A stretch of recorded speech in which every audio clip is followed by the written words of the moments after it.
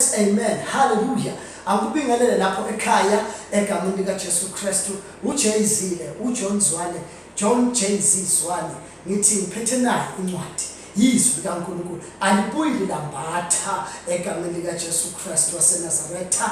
Ngithanda ukukhuthaze amazwi ethemba, izindlela zokuphumelela, the winning ways with John Jay-Z Zwane. Ngiphethe izwi likaNkulunkulu encwadini yamaHubo 32 verse number 7.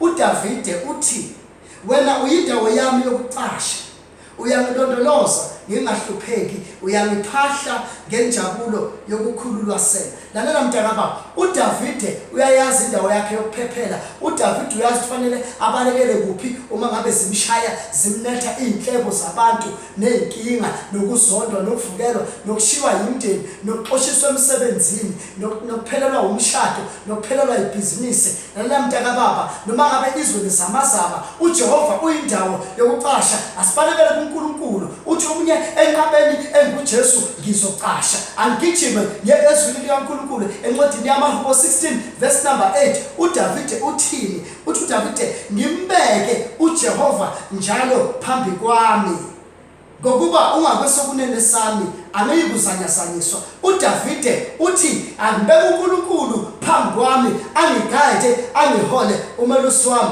Uma inkinga zikushaya zithi shaya wena, zofika ishaya uNkulunkulu abe njenge bulletproof, wena inhlamvu ingangeni, izimo zabantu zingakushaya, ngoba uNkulunkulu uyena oyiprotection yakho. God bless you. Uma uyangidinga uyangithola ku 071-637-1717 071-637-1717. Let me pray for you. Baba, ngiyathandaza nami umlaleli, ngikhulekela isimo sakhe, mawube indawo yakhe yokuqasha ngegama likaJesu. Mawuhambe phambi kwakhe usibekele impilo yakhe, fihla impilo yakhe egazini likaJesu Kristu, in Jesus name. Amen.